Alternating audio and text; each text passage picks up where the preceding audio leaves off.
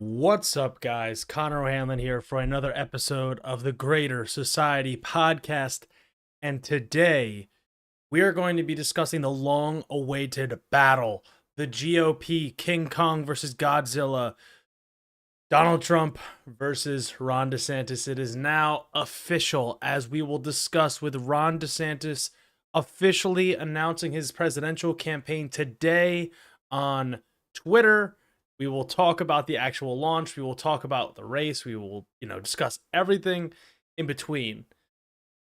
Then we will talk about a lesser known challenger in the GOP primary who announced this past week, Senator Tim Scott from South Carolina, his chances, what he represents in the Republican Party, and what all that might be about.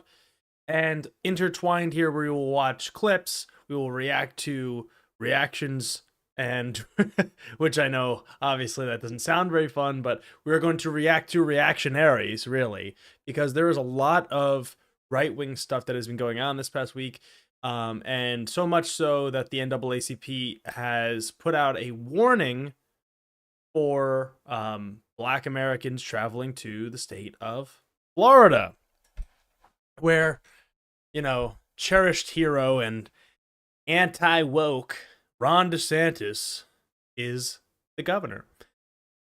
So, of course, we must start with this battle. And the battle is one that I don't particularly see as a winnable one for Ron DeSantis. Now, I might be naive, I might be wrong, but let me pull up the exact polling here. And I'm sure this will change now. Once we have full Republican consideration. Okay. Here we have from 538. So for those who don't know, 538, this is not 538's polling. 538 doesn't do the polling. We don't use 538's polls. 538 is an aggregator of polls, and they will pull together a number of different legitimate sources that we can use, as I'm adjusting my camera, to look at and analyze any particular race. So these are usually highly rated polls that are considered for this. So it's not just like OAN's poll. It's, Quinnipiac, and there's probably even better ones than that. It's even Fox News has good polling. There's a number, ABC has good polling. There's a number of that they use, right? So you'll see here, this goes back to March 5th of this year. You can see Trump is this blue line. DeSantis is this more purple line. Trump growing, starting out here at 46%, growing, till he's at 54.3%. Now, if we go to DeSantis, he is a hair over 20%, which you'll see it's 20.6% if we go down to here. Then you have Mike Pence, who has not announced his campaign. Nikki Haley, who has announced her campaign at 4.2%. Vivek Ramaswamy, if anyone in my audience knows who that is, he's at 3.5%. You have Tim Scott, who we will discuss later, at 1.6%. And Hutchinson, it's not Cassidy Hutchinson, is it? I don't even know who that is, but at 0.8%, you have a bunch of people that'll be lower than that too at the end. So what this is all telling us is that the race is really between two people, and realistically at this point, it's between Trump and himself. So before we go into the announcement, I just want to lay that out here and say Trump has over 50%. So meaning if he just held steady and Ron DeSantis gained every single other vote within the Republican primary, Donald Trump would still be the nominee. This is something to consider when we look at these types of races, because it is solely going to be based on that. And frankly, if the polling doesn't get closer and closer and closer to the point where DeSantis really poses a threat in key battleground states in a primary, then Trump will pull away with this pretty handedly. And I still believe that he will. I do think that we will get a Biden-Trump rematch come in 2024. So, what was this announcement like? Well, free speech warrior and advocate Elon Musk, billionaire, part owner, at least most majority owner of Tesla, and the owner of Twitter, arranged a unique, if I'm putting it nicely, announcement for Governor DeSantis to showcase his abilities and skills on a Twitter space, which for those who don't know, because I never used this before, is just a way for people to listen in to like a broadcast. It's kind of like radio because there's no video, which I think is subpar. I think obviously if you want to announce something and seem natural, you would want to do it on video rather than just voice. And I obviously say that as someone who's doing a podcast, but there is a video version of the podcast, so you can see me, you can hear me, you can tell that for the most part I'm not reading anything. You can tell when I'm reading because I'm looking at a screen. But for the most part, this is off the cuff, or it's at least somewhat natural when I'm reading. And a lot of what has gone on with DeSantis throughout this, it seems very, very unnatural. And with Elon Musk kind of stumbling over himself because, as you will see, the servers were not working. But Elon Musk, being the free speech warrior he is, he was trying to bring out Governor DeSantis, who is not at all trying to censor Disney and punish Disney, who is not at all trying to censor the LGBTQ plus community, who is not at all trying to censor African American history in this country. Oh wait, yes he is, and he's banning books in the state, and they are banning, oh man, I have to pull up the story at some point on here. They're banning crazy stuff. And I don't mean like, oh, it's crazy, so it should be banned. Like, they're just banning things in Florida that should not be banned. So, the first thing I want to show us is this. Here is the attempted first. This is going to showcase for you all the attempt at the first ever presidential campaign launched on Twitter Spaces with your host, Elon Musk, with Governor Ron DeSantis. And you'll see this is what it looks like when you're listening to this. So this is, you know, you can see who's listening here. We got Steve Schmidt, Move On, Hassan Piker, Aaron Rupar, Philip Lewis, who was on the Bernie campaign. Let's take a listen. This is live. This is what they were promoting as the big event. This is what happened.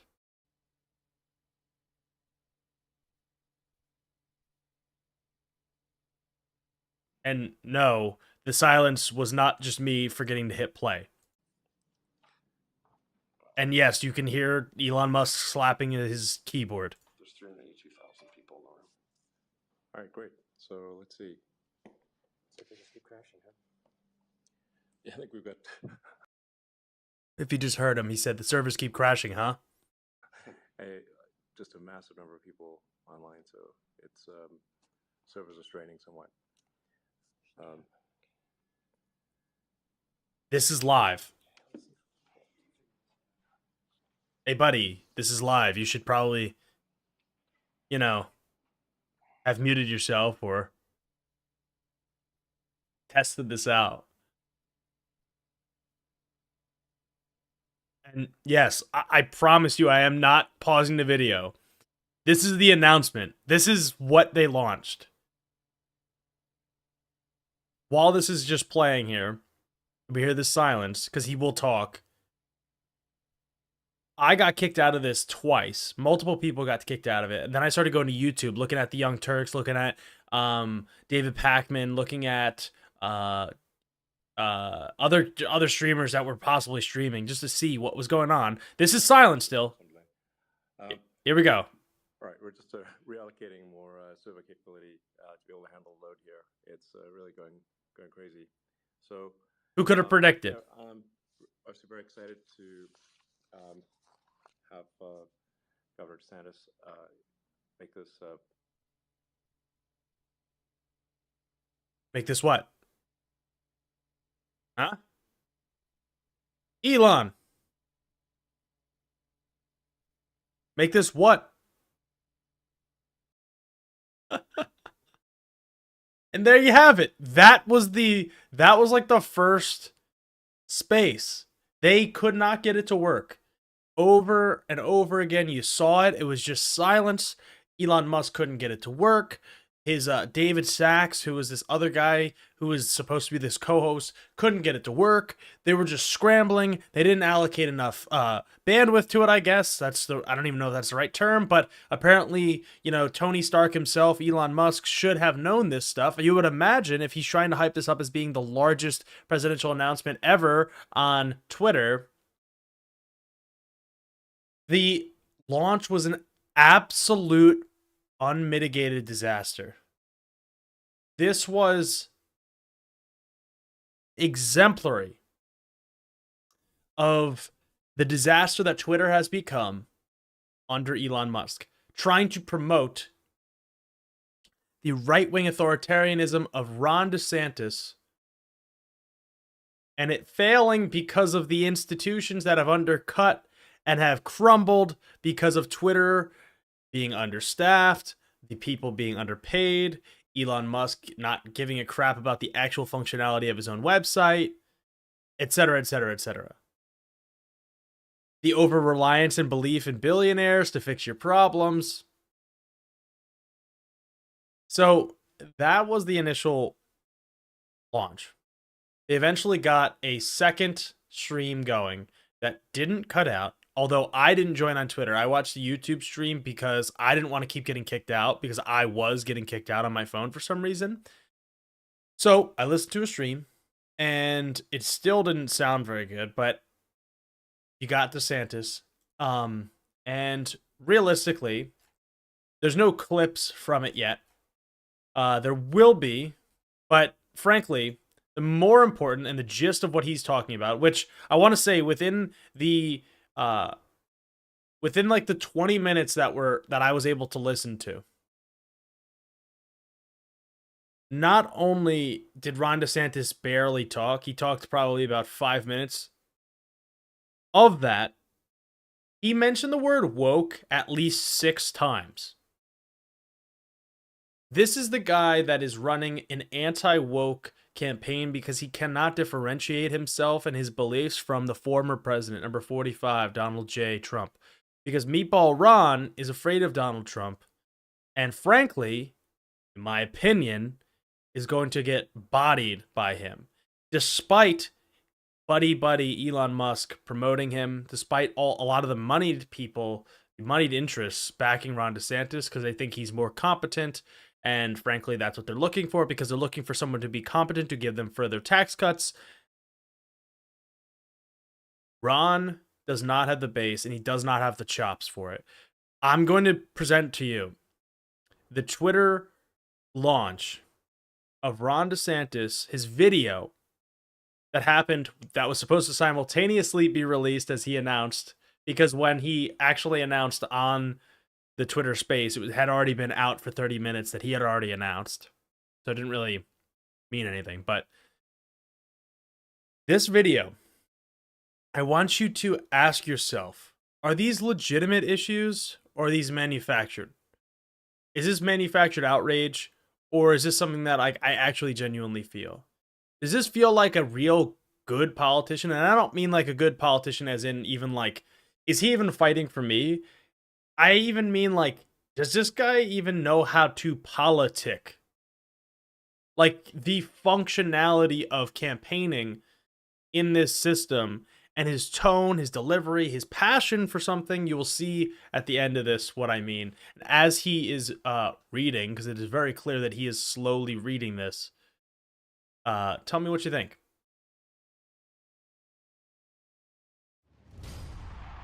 Our border is a disaster. Crime infests our cities. The federal government makes it harder for families to make ends meet, and the president flounders. But decline is a choice. Success is attainable, and freedom is worth fighting for. Righting the ship requires restoring sanity to our society. Restore sanity to our society. Normalcy to our community. Normalcy to our community. And integrity to our institutions. Truth must be our foundation. So they just recorded him like getting all hyped up behind this American flag to then walk out to a not a real crowd. It was just a, I'm going to go stand in front of this giant American flag, which it's a good shot. I'll give it to him. But the shot before it looks silly because he's not going out to give a major speech. He's just going out to talk in front of this American flag with a, which is probably a green screen, but besides the fact. And common sense can no longer be an uncommon virtue. In Florida, we proved that it can be done. We chose facts over fear, education over indoctrination. No, you didn't. You didn't choose education over indoctrination because you are banning books. You are banning diversity, equity, and inclusion. You are banning African American studies. So in fact, you are misleading and misguiding people and directly undereducating people about vital pieces of our history and our community and current events, sociology, psychology, sexuality, because that's also a part of things that people need to learn about in a functioning society, so that way we don't spread diseases, so that way we don't have unwanted pregnancies, that way you can reduce abortions because you claim to not like them. You ban abortion after 6 weeks. So don't, this is the freedom guy. This is the freedom guy coming in to tell you how great Florida is. Law and order over rioting and disorder. We held the line when freedom hung in the balance. We showed that we can and must revitalize America. We need the courage to lead and the strength to win. I'm Ron DeSantis, and I'm running for president to lead our great American comeback. Just look at that. I'm sorry, but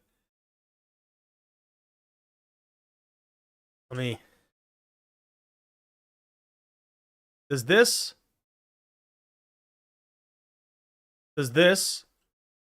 look like somebody that really, look at that.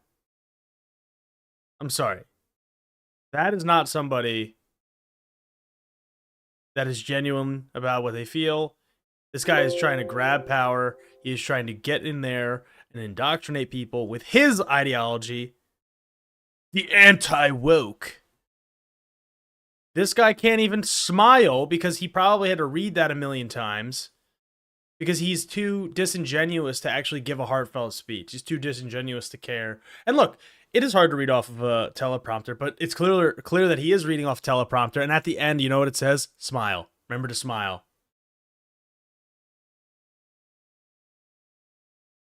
This guy can't even beat Mickey Mouse. You think he could beat Donald Trump?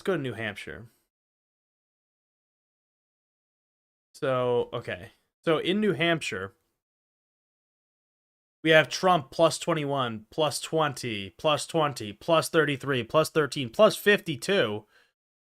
But these are further back. Plus 41.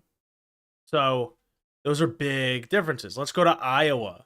Iowa being one of the first states in the race. Trump plus 18, Trump plus 22, Trump plus 34. This is the DeSantis. This is not include. I'm pretty sure this one's not even including Trump. This one here is not even including Trump. So with no Trump, DeSantis is winning. But to throw Trump back in, it's barely. You have one from November of 2022 where DeSantis is up against Trump. So I mean, this is these are not good signs. Let's see Florida. Let's look at Florida. Even in Meatball Ron's home state, Trump. Well, this one probably doesn't include DeSantis, but DeSantis was winning in one poll back in March. Trump, that's no DeSantis in that one. And even back in March, a 2-point margin in the state of Florida. I'm curious if there's any other states which would show. Let's see Pennsylvania. Let's check Pennsylvania. See, you got Trump winning all of these except one back in February, one back in November of last year. So that's the way you have it. That is the way the cookie crumbles, it looks like, for Ron. Meatball, he's gonna vie for this position. I think he's gonna blow it. And if we're lucky, we will never have a President DeSantis in this country, and hopefully we won't have a repeat of 2016 getting Trump in there. So hopefully we'll get 4 more years of steady as she goes. But this is the thing with DeSantis, is like, we're gonna restore sanity. Like, well, that's what Joe Biden ran on, and frankly, he did restore a level of sanity and not complacency, but of like normalcy to the country, in which we responded to COVID, not in the best way, but at least in some way, where we were paying for vaccines and we were producing masks and we were producing ventilators, and we didn't get Medicare for all, but we gave people free healthcare during that time. We had expanded unemployment. We had the PPP programs, which were passed partially under Trump and extended under Biden. Like, this is where these things like are mixed. And frankly, if there is a big difference between Trump and DeSantis, it is the reaction to COVID, which Trump's was bad, but at least Trump was putting in high warp speed for the vaccine, whereas DeSantis was saying, guys, just come in here. You don't need masks. You don't need vaccines. You can just go outside, which, by the way, DeSantis takes a lot of credit for the state of Florida's successes in tourism, despite fighting with Disney. He takes the response for COVID, which, if you look at the statistics, Florida was right in the middle of the pack. They did not exceed anybody else in their reduction in COVID deaths. Not literally anybody else, but they were not superior than states that had lockdown or vaccine mandates, etc. But the large reason why they would have been successful in response to COVID is because of the climate. It is warm there, so people can be outside more, rather than in the winter in the Northeast, where you actually have to be inside because it is freezing out. It's a silly thing that people overlook, but people do overlook it. So, speaking of Florida, we have this. has issued a travel advisory for Florida, and it's urging the black community to avoid visiting or moving to the Sunshine State. According to the statement, the advisory comes in direct response to Republican Governor Ron DeSantis' quote, aggressive attempts to erase black history. And it calls Florida openly hostile toward African Americans, people of color, and the LGBTQ individuals. CNN has reached out to Florida Governor Ron DeSantis for comment, but did not receive a response. NAACP. So this is a response to the banning of DEI, the banning of Black history in the state of Florida. Here you have Rick Scott, who is a senator, mind you, in Florida, putting out this fake press release, of course. I'll read it for those listening. Senator Rick Scott issues travel advisory for socialists visiting Florida. Today, Senator Rick Scott issued a formal travel advisory for all socialists visiting the state of Florida. Because, you know, America's overrun with socialists, according to the Republicans. The travel advisory comes in direct response to the Biden administration attempts to erase capitalism and the system that has brought prosperity to Florida and the entire United States. This is a sitting United States senator claiming that the Biden administration is trying to end capitalism. Somehow, Joe Biden, one of the most conservative Democratic senators for 40 years, is trying to end capitalism. He's finally going to do it. He's finally gonna get over the hump and end capitalism and install a Stalin-style dictatorship. Get over yourselves. Here is the continuation of this. The formal travel notice states Florida is openly hostile towards socialists, communists, and those that enable them. Before traveling to Florida, please understand that the state of Florida devalues and marginalizes the contributions of and the challenges faced by socialists and others who work in the Biden administration. So basically telling you, this is a senator telling you, this is why I'm pointing this out. If Democrats ever said anything like this about Republicans or Republican administrations, this would be plastered on mainstream media. This would be posted everywhere. If John Fetterman said that far right-wing authoritarians, you know, in the Trump administration are not welcome in Pennsylvania, do you think that this would just be like, yep, that's fine, just ignore it? Because he's just talking. No. This is like, and there's not even a comparison because there actually are a lot of far right-wing people in the Republican Party and the Trump administration. But if the roles were reversed, this would not be acceptable whatsoever in the mainstream at all. So we'll finish this out. Let me be clear. Any attempts to spread the oppression and poverty that socialism always brings will be rebuffed by the people of Florida. Travelers should be aware that attempts to spread socialism in North Florida will fail and be met with laughter and mockery, said former Governor and now Senator Scott. However, in much of Central and South Florida, the situation is far more dangerous for socialists as they may encounter people from Cuba, Venezuela, and other parts of Central and South America and the Caribbean who have direct knowledge of and experience with the horrors of socialism. Now, this is me talking. It is interesting to see Republicans talking about refugees from the countries of Cuba and Venezuela and the other parts of Central and South America, despite them continuously denigrating, otherizing, and using xenophobic and racist rhetoric towards these exact people. But because Cuban Americans have a larger propensity of people that vote for Republicans, that's acceptable.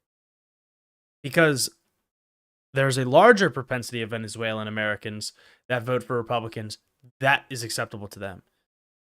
See, this is the duality of what they say. They can say two things out the sides of their mouth, and it just goes in and out of the mainstream media. Nobody holds them to account, and they just say, yeah, it's not a big deal. It's not a big deal. And then the first thing that DeSantis talks about is the open border, which there is not an open border. There are more stops under Biden administration than any other president before him, which is not necessarily something that I agree with, but it is something that exists.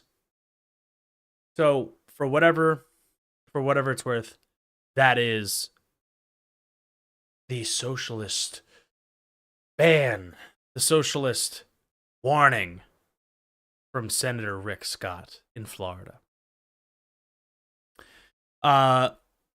Let's take a look now at one probable failed candidacy to another probable failed candidacy, if I can find what I have here.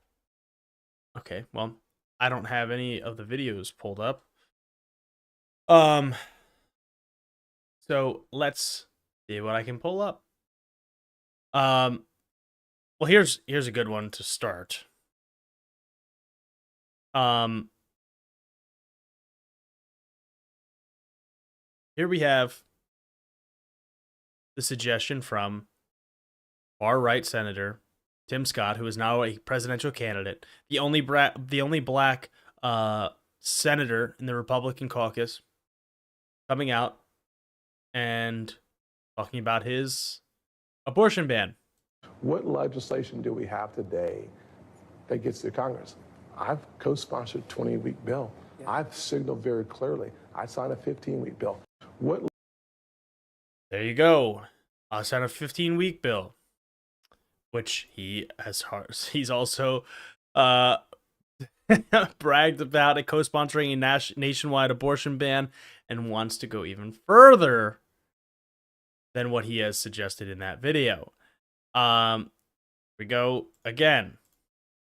Let me see if I can pull this up before I... If I were president of the United States, I would literally sign the most conservative pro-life legislation that they can get through Congress. Even if it was 6 weeks? I'm not going to talk about 6 or 5 or 7 or 10. If I were president of the See, the specifics of all these things are hard to pin people down on because they don't want to say, I'm going to support this, that, and the other thing. But realistically, Tim Scott is... I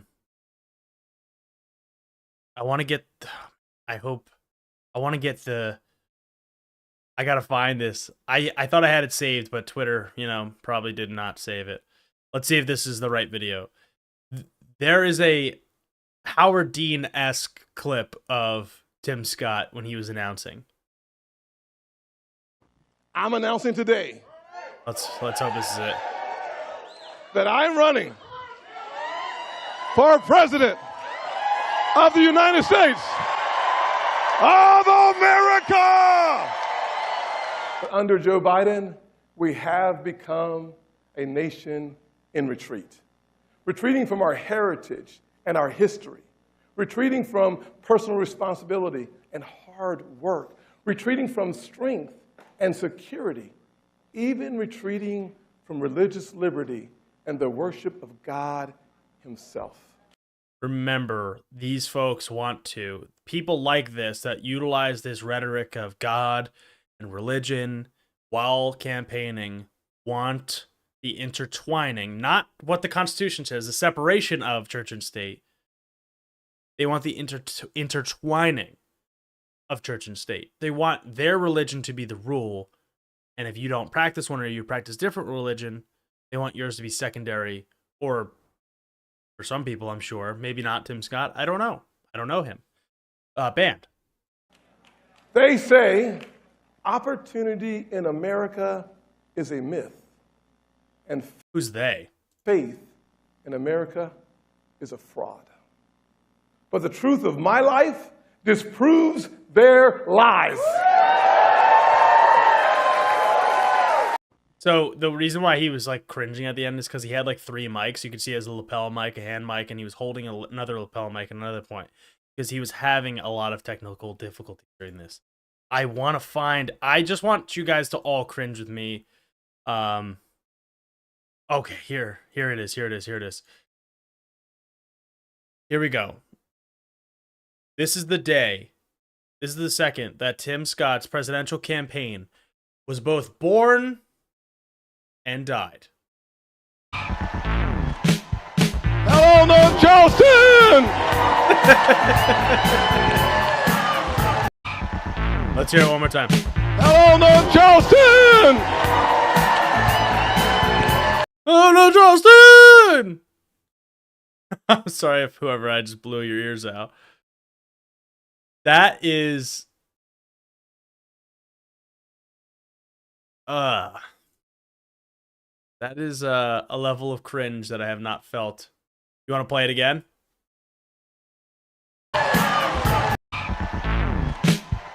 Hello, North Charleston! I'm just gonna keep it on repeat. Just give it a nice little beat. Hello, North Charleston! And he's trying to play it off. I don't know if he understood. You know, I'm joking obviously about it ending his presidential campaign, but I don't know if he knew how bad it was at the time, but like, oh man, that is so. I think he's saying, "What's up, North Charleston?" For those, you know, CB asking in chat. What is he saying? I think because he's in South Carolina. I think let's try it. Let's try it one more. Let's try it one more time. See if we can decipher what the hell is going on. Hello, North Charleston!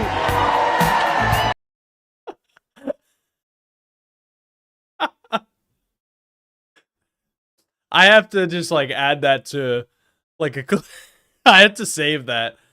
Oh my god, Charleston! That is so. I am sorry for anybody that I've just been blasting your ears out because this is loud, but that is so funny. I am sorry. I honestly like only wanted to talk about this because of this clip. To be clear, Tim Scott has about a 0% chance to become the Republican nominee for 2024. Now, you know, he is somebody that holds some weight in the Republican Party. He has pretty low name recognition for a presidential campaign. He is polling lower than Vivek Ramaswamy, which most people, again, don't even know how to say his name or who he is.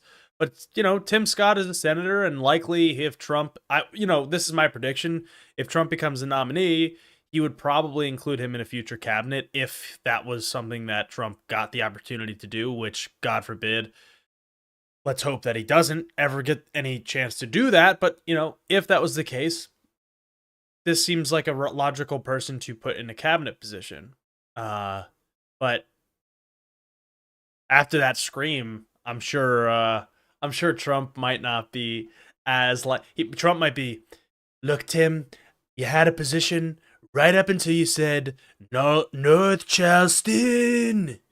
Nobody knows what you're saying, and we can't have that in my administration. We need to know exactly what the hell is going on in North Charleston. But I don't foresee much traction coming for Tim Scott. Last thing here. Well, two last things. I just briefly want to touch on this. For those who remember the Biden inauguration, this woman, Amanda Gorman, she gave a speech. She read a poem that she had written. And it has now been banned. I'm going to pull up the exact, because I think it was Miami. Yep, Miami. Get Jason Momoa, get out of here, dude. All right, cool. Ads are crazy on news websites. The poem was called The Hill We Climb. It was read at the inauguration, and it is now banned in Miami school. Or a school. I'll just read the beginning here for you guys. A Florida school has banned 4 books for elementary students after one parent objected to the titles and argued that they were inappropriate. One of them was a collection of poems by Amanda Gorman that includes her noteworthy The Hill We Climb piece, which she wrote for the last presidential inauguration. The Miami Herald, citing records obtained by the Florida Freedom to Read Project, reports that a parent at Bob Graham Education Center in Miami Lakes objected to 5 titles at the K-8 school. The books included the ABCs of Black History, Cuban Kids, Countries in the News, Cuba, Love to Langston, and the poem The Hill We Climb, which was read aloud by Gorman at the inauguration of President Joe Biden in 2020 and is included in a larger book of poems released by Gorman. So I go back to DeSantis, of course, leading this book banning policy. You'd go back and connect it to here in Central Bucks with continued pressure to the book bannings. And remember that book bannings are a first step towards stomping on freedom of speech, and without freedom of speech, we don't have many of the other freedoms that we so want to practice in this country and that are enshrined within the Bill of Rights and the other amendments to the Constitution.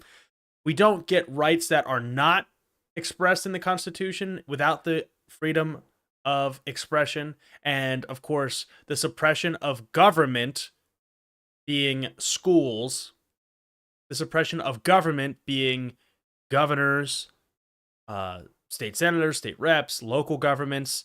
That is actual infringement upon the First Amendment versus the perception of fake Twitter where Republican Jack Dorsey was trying to suppress all the Republicans. Or multi-billionaire Mark Zuckerberg is trying to suppress all the Republicans, even though he promotes Ben Shapiro over everybody else.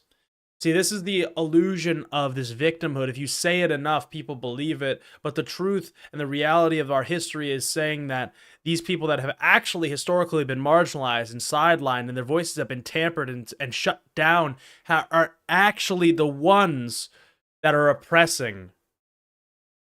That is what they are trying to suggest. That is what they're trying to ram through. And that is something that they repeat over and over and over again until they get you to believe it. That is what they want you to believe. But it's not the truth. It is not the truth. Last thing. This one is very frustrating.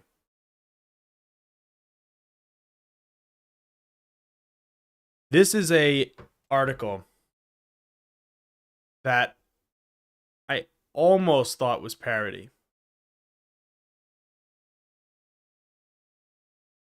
This is from Time magazine. Hillary Clinton saying that Dianne Feinstein shouldn't retire. So, for those who don't recall, Dianne Feinstein is somebody that is a sitting senator. She is suffering from Alzheimer's. She just got back from a battle with shingles. She has something else wrong with her leg that she talked about and then got mad about when people asked. She is in a wheelchair being pushed around and blocked off from reporters by a number of guards, one of which is including Nancy Pelosi's daughter. Something is wrong, and I don't know what the play is here, that these people want to keep putting somebody through the abuse of sitting through and representing people that she doesn't actually have the capacity to represent. She probably would not have the capacity to sign away money, her house, change her will at this point because of Alzheimer's, which is an absolute horrendous thing that happens to people. But it is frankly disgusting and seemingly abusive to keep Dianne Feinstein in that position at this point, where we have a number of people that could fulfill the role, at least through the November election, in which we would elect, or I guess the 2024 election, which would be for the senator of California. But Hillary Clinton weighing in here. Reading now. Secretary Hillary Clinton defended her friend and former colleague, Senator Dianne Feinstein, whose advanced age and failing health have prompted calls for her to resign. from the Senate saying that Feinstein's resignation would not be, quote, worth the trade-off when it comes to judicial appointments. In a wide-ranging interview Monday at the Chicago Humanities Festival, I asked, which this is the author, Charlotte Alter, asked the former Secretary of State why so many of her fellow Democrats were staying in office well into their 80s, even as the party has strengthened its bench of young talent. This is what my book's about. I specifically asked about Justice Ruth Bader Ginsburg, who refused to retire under a Democratic president, Barack Obama, and whose death at age 87 in September 2020 gave President Donald Trump a third Supreme Court appointment, and Feinstein, age 89, whose absence from the Senate for months has prompted questions about her fitness to serve. Clinton said she had a, quote, very negative response to my question. This is the stifling of progress. This is the stifling of our democracy. This is the undercutting of our institutions right here. Before our eyes, because of ego, because of control, which maybe we can call it like overall hegemony over the institution of the Senate, the institutions of our government. They want to control it. And when they lose the control, they don't know what to do with it. I don't know. I don't understand it. And that's what's questionable about why is Nancy Pelosi's daughter helping Dianne Feinstein? Why is Hillary Clinton coming out and supporting this abuse? I don't know. Like, I don't get it. It doesn't make any sense. You have to, the stretch that we have to go through to justify somebody that is clearly suffering. Look, we can talk about Biden being old. We could talk about Trump being old. We could talk about Bernie being old. We need a fresh reset of leadership, even in the Republican Party. Right? If we want to have battles, let's look at these battles at least with Gen X and start moving down to millennials getting to power. I mean, my suggestion, and this is why I pushed back in my interview a couple weeks back, I think it's time for millennials to gain control of a lot of these levers of power because millennials are the largest voting bloc. So we should start getting our representation now. This is undercutting the Biden agenda, so any Democrat should be upset. This is undercutting appointments to the judicial appellate courts. God forbid we needed to approve a Supreme Court justice and one person was absent or whatever. This is the undercutting of our institutions, and we need to quickly figure this out. But with all that being said, that is all I have for you tonight. A little bit of a shorter show. I want to say this is the 1 year to the day anniversary of this show. This is a 50-second episode, and literally tomorrow, which is the 25th, was the 1 year launch anniversary of this program. So I am likely to probably be off next week. I have a meeting that is very important for local organizing here in Doylestown that I have to do. And rather than kind of quickly try to put something together, pre-record, I might just take the 1 week that I think I might need. I might change my mind, but so be sure to hit the subscribe button. Help us grow as an independent progressive source for news, current events, takes, and a supportive community by hitting the subscribe button. Hit the thumbs up while you're on YouTube. If you are on YouTube, go to the description box. Join us on our Discord server to join the discussion in between weeks. You can listen to the show pretty much anywhere you get your podcasts. You can listen Spotify or Apple Podcasts, Google Play. You can follow the show on Instagram, Facebook, and on TikTok, Greater Society Media. You can follow me on Twitter at Connor OHanlon, and you can support the show for as little as $3 on Patreon at patreon.com/Greater Society Media. And remember, what's up, Justin? Oh, man. That might be the best clip so far of the campaign. So hopefully you guys all have a great week. So until next time, stay safe. Peace.